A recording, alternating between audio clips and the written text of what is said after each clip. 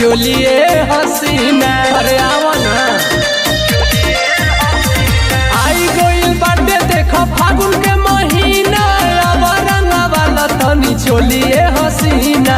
तोहरा पकेहू ना नजर डाली हो, असो भर होली चोली भूमिहार रंगी हो, असो भर होली चोली भूमिहार रंगी हो, असो भर होली चोली भूमिहार रंगी हो। हर 52 बीघा के जमींदार हवे हो।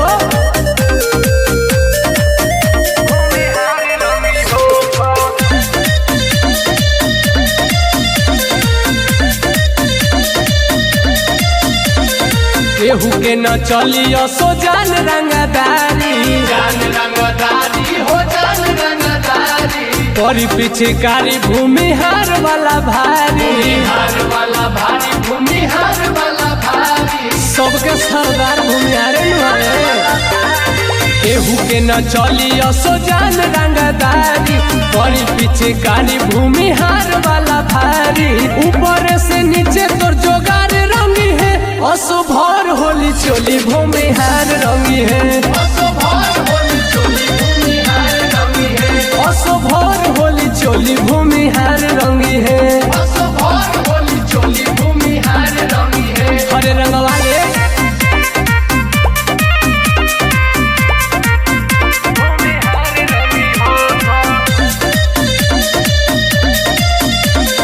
भर होली गोरी तू तो घूमबुनी डर हो, घूमबुनी डर हो, घूमबुनी डर हो। छोटे कन्हैया रंगी चोली के भीतर हो, चोली के भीतर हो, चोली के भीतर हो। सुन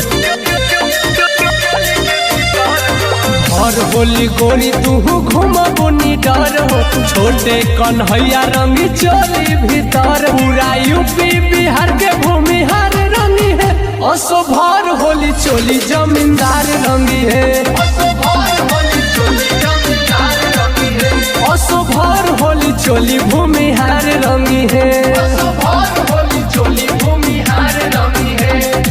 होली में चोली भूमिहार से रंगाओ तर जइबे।